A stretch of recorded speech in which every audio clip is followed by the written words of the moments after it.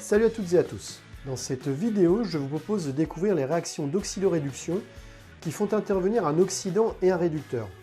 Je vous apprendrai notamment comment ajuster les nombres stoichiométriques placés devant chacune des espèces chimiques afin d'équilibrer l'équation associée à ce type de réaction. Puis je vous montrerai comment construire et exploiter un tableau d'avancement afin de dresser un bilan de matière des espèces chimiques à l'état final. Vous êtes prêts? Alors c'est parti! Lorsque l'on place une lame de zinc dans une solution de sulfate de cuivre, on constate que la lame de zinc se recouvre progressivement d'un dépôt métallique de cuivre. Un transfert spontané d'électrons a lieu entre le réducteur d'un couple et l'oxydant d'un autre couple. Lorsque ces deux espèces chimiques sont mélangées, le transfert est alors direct. La réaction observée sur cet exemple est une réaction d'oxydoréduction spontanée. Une réaction d'oxydoréduction ou réaction redox est une réaction chimique au cours de laquelle se produit un transfert d'électrons. Par définition, un oxydant est une espèce chimique capable de capter un ou plusieurs électrons. Un réducteur est quant à lui une espèce chimique capable de céder un ou plusieurs électrons. Un couple d'oxydoréduction est représenté sous la forme oxydant/réducteur. Au couple générique OX/Red correspond une demi-équation électronique notée sous la forme OX plus Ne- est égal à Red avec N entier naturel non nul. Notons enfin qu'un oxydant et un réducteur d'un même couple redox sont des espèces conjuguées qui se correspondent mutuellement via une demi-équation d'oxydoréduction. Une réaction d'oxydoréduction implique deux couples redox. Les couples d'oxydoréduction peuvent être classés sur une échelle de potentiel standard d'oxydoréduction. Lors d'une réaction d'oxydoréduction spontanée, l'oxydant le plus fort réagit avec le réducteur le plus fort. Illustrons sur un exemple la méthode permettant d'équilibrer l'équation chimique modélisant une transformation d'oxydoréduction. Considérons la réaction d'oxydoréduction entre le permanganate de potassium, MnO4-, et l'eau oxygénée H2O2, encore appelé peroxyde d'hydrogène. Pour chaque demi-équation d'oxydoréduction, on équilibre d'abord les atomes différents de O et de H, puis on équilibre les atomes d'oxygène O. On équilibre ensuite les atomes d'hydrogène H. Puis on équilibre les charges électriques. Enfin, on multiplie les demi-équations par un coefficient adapté pour faire disparaître les électrons de part et d'autre du signe égal. Illustrons cela concrètement étape par étape. On remarque que la demi-équation électronique à l'écran ne comporte pas dans son membre de droite d'atomes d'oxygène. On introduit cet élément chimique à droite sous la forme de molécules d'eau. Cependant, l'ajout de molécules d'eau à droite introduit la présence de l'élément hydrogène, absent du membre de gauche de l'équation chimique. On introduit donc ce dernier à gauche sous la forme d'ion H+.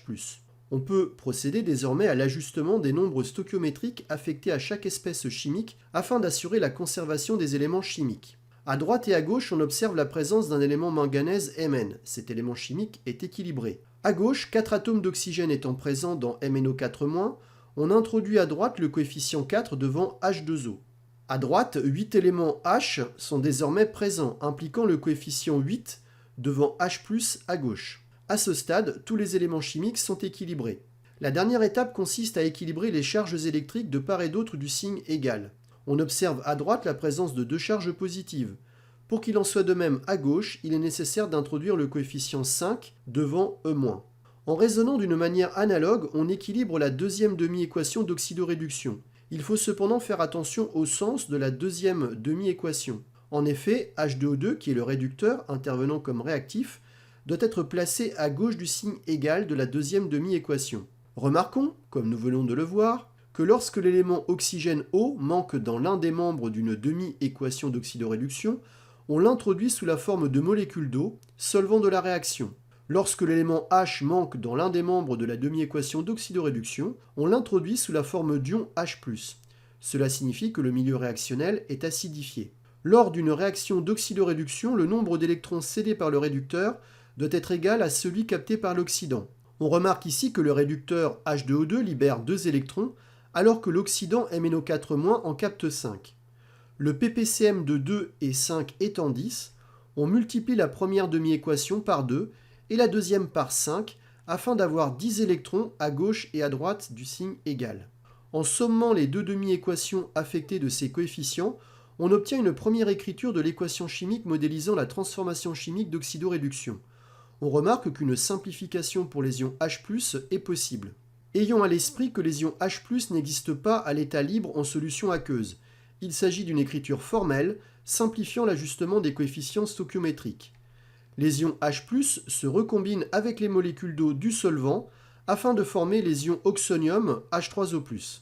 Pour faire apparaître ces derniers, il suffit d'ajouter autant de molécules d'eau dans chaque membre que d'ions H+ présents.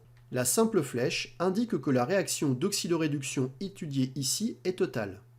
Un tableau d'avancement permet d'étudier l'évolution d'un système chimique au cours d'une transformation. L'avancement noté petit x est la quantité de matière consommée pour un réactif dont le nombre stoichiométrique vaut 1.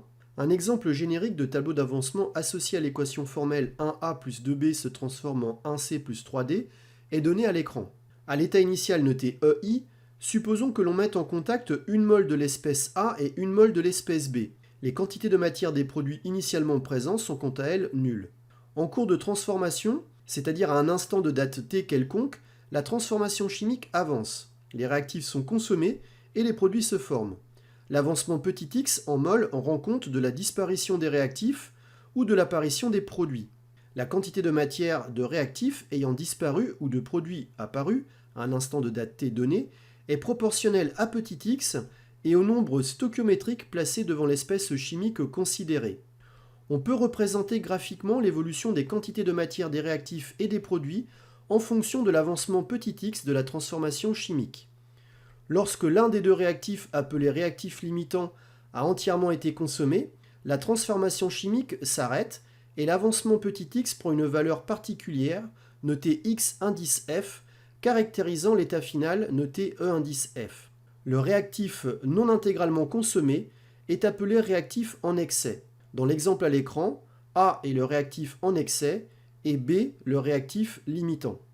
En remarquant que l'avancement petit x et les quantités de matière des réactifs sont des grandeurs positives ou nulles, il est possible de déterminer la valeur prise par x à l'état final en résolvant un système d'inéquations.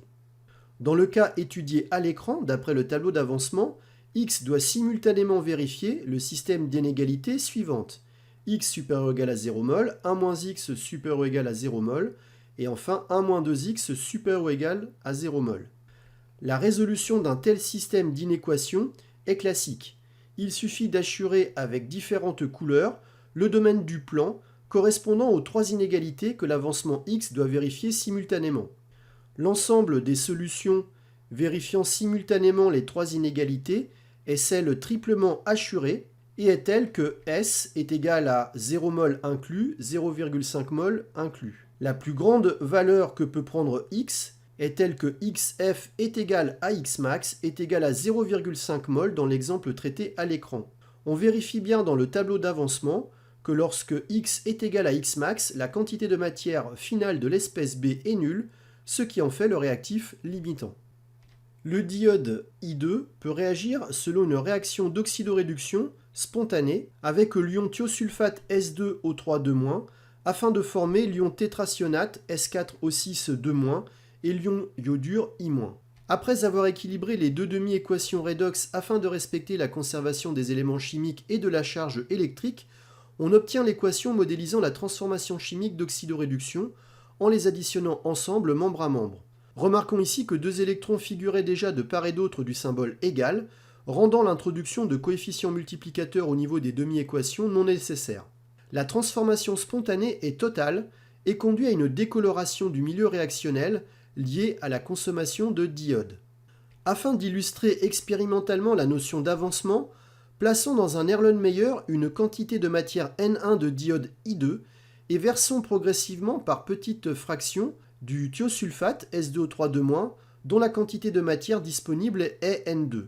Au fur et à mesure que l'on verse du thiosulfate de sodium, l'avancement petit x augmente et on observe une décoloration progressive du milieu réactionnel traduisant la consommation du diode I2. À l'état final, c'est-à-dire lorsque x est égal à xmax, puisque la réaction est totale, le milieu réactionnel est incolore. Tout le diode initialement présent a été consommé. Après l'approche qualitative précédente, on peut procéder à une étude quantitative en exploitant le tableau d'avancement afin de déterminer par le calcul la valeur de l'avancement final Xmax. L'avancement petit x et les quantités de matière des réactifs étant des grandeurs positives ou nulles, on est amené à résoudre un système de 3 inéquations. On peut, dans ce système d'inéquations, exprimer chaque quantité de matière en fonction de la concentration et du volume de chaque solution. La réaction chimique s'arrête lorsque le réactif limitant a été entièrement consommé, c'est-à-dire lorsque x est égal à Xmax. Après avoir calculé les quantités de matière initiale de chaque réactif, l'ensemble des solutions vérifiées par l'avancement petit x est grand S est égal à 0 mol inclus jusqu'à 1,0 10 puissance moins 4 mol inclus également. On en déduit donc que la valeur de Xmax est égale à 1,0 10 puissance moins 4 mol. Compte tenu de la valeur de Xmax, on remarque d'après le tableau d'avancement qu'à l'état final, N1 moins Xmax est égal à 0 mol, c'est-à-dire que la quantité de matière finale de I2 est nulle. I2 est donc, dans l'exemple traité, le réactif limitant. Illustrons cela sur une équation chimique du type petit a grand A plus petit b grand B se transforme en petit c grand C plus petit d grand D, où A, B, C et D appartiennent à l'ensemble des entiers naturels. Et ce sont également les nombres stoichiométriques.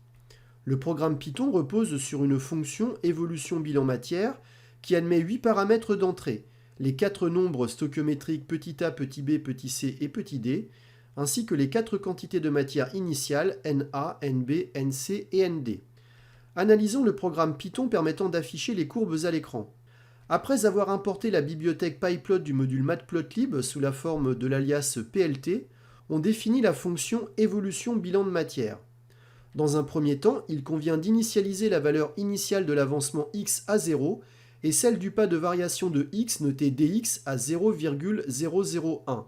À chaque tour de boucle, c'est cette valeur de dx qui sera ajoutée à l'avancement x afin de traduire l'augmentation de ce dernier lorsque les réactifs réagissent entre eux.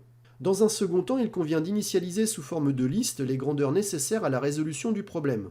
La liste grand X stockera ainsi toutes les valeurs prises par l'avancement petit x et les listes Na, Nb, Nc et Nd, celles prises par les quantités de matière des espèces chimiques notées grand A, grand P, grand C et grand D. La boucle while permet de calculer à chaque tour de boucle les valeurs de x et des quantités de matière des réactifs et des produits. Chaque nouvelle valeur est ajoutée dans les différentes listes grâce à la méthode append. La condition de sortie de la boucle porte sur les valeurs Na et Nb des quantités de matière. Dès lors que l'une d'entre elles devient nulle, on sort de la boucle. L'indice -1 qui apparaît à l'intérieur des crochets des deux listes désigne quant à lui le dernier élément ajouté dans celle-ci. La fonction plot de PyPlot permet de construire les 4 courbes associées à l'évolution des différentes quantités de matière en fonction de l'avancement x. La fonction show de PyPlot permet quant à elle de les afficher. Enfin, on peut introduire des options permettant d'affiner l'affichage des courbes sur le graphique. L'appel de la fonction se fait en remplaçant les paramètres par leurs valeurs. Dans l'exemple à l'écran, la fonction permet de simuler l'avancement d'une équation du type 1a plus 2b se transforme en 1c plus 3d. Avec une quantité de matière initiale de 1 mol pour A et B et 0 mol pour C et D. Je vous laisse mettre la vidéo sur pause si nécessaire afin que vous puissiez vous approprier les détails du code Python présenté à l'écran. Le programme Python permet, pour une équation chimique donnée, d'observer ce qui se passe lorsque l'on fait varier la quantité de matière initiale de l'un des réactifs, tous les autres paramètres demeurant constants. Pour un mélange initial équimolaire d'une mole de l'espèce A et d'une mole de l'espèce B, on remarque que la fonction affine représentant la quantité de matière Nb s'annule pour x est égal à xmax est égal à 0,5 mol, alors que Na est non nul. B est donc dans ce cas le réactif limitant. Si les quantités de matière initiales sont telles que Na est égal à 1 mol et Nb est égal à 2 mol, on observe l'annulation simultanée des deux fonctions affines pour x est égal à xmax est égal à 1 mol. Il s'agit d'un cas particulier qui optimise l'utilisation des réactifs. Enfin, si les quantités de matière initiales sont telles que Na est égal à 1 mol et Nb est égal à 3 mol, on observe l'annulation de la fonction affine Na pour x est égal à xmax est égal à 1 mol, alors que Nb est non nul. A est donc dans ce cas le réactif limitant. Pour conclure, lorsque deux réactifs sont introduits dans les proportions stoichiométriques, ils sont tous les deux limitants. C'est le cas de la situation au milieu de l'écran. Pour une équation du type petit a grand A plus petit b grand B se transforme en petit c grand C plus petit d grand D, les réactifs ont été introduits dans les proportions stoichiométriques si leur quantité de matière initiale vérifie Na à l'état initial divisé par A est égal à Nb à l'état initial divisé par B. L'avancement maximal Xmax correspond à la plus petite valeur de l'avancement pour laquelle l'un des réactifs a été totalement consommé. Si l'avancement final Xf est tel que Xf est égal à Xmax, alors la transformation chimique est totale. Le réactif dont la quantité de matière à l'état final est nulle est appelé le réactif limitant. Au fur et à mesure que la transformation se déroule, c'est-à-dire au fur et à mesure que les réactifs réagissent entre eux, l'avancement petit x augmente. Lorsque Xf est égal à Xmax, la transformation chimique s'arrête.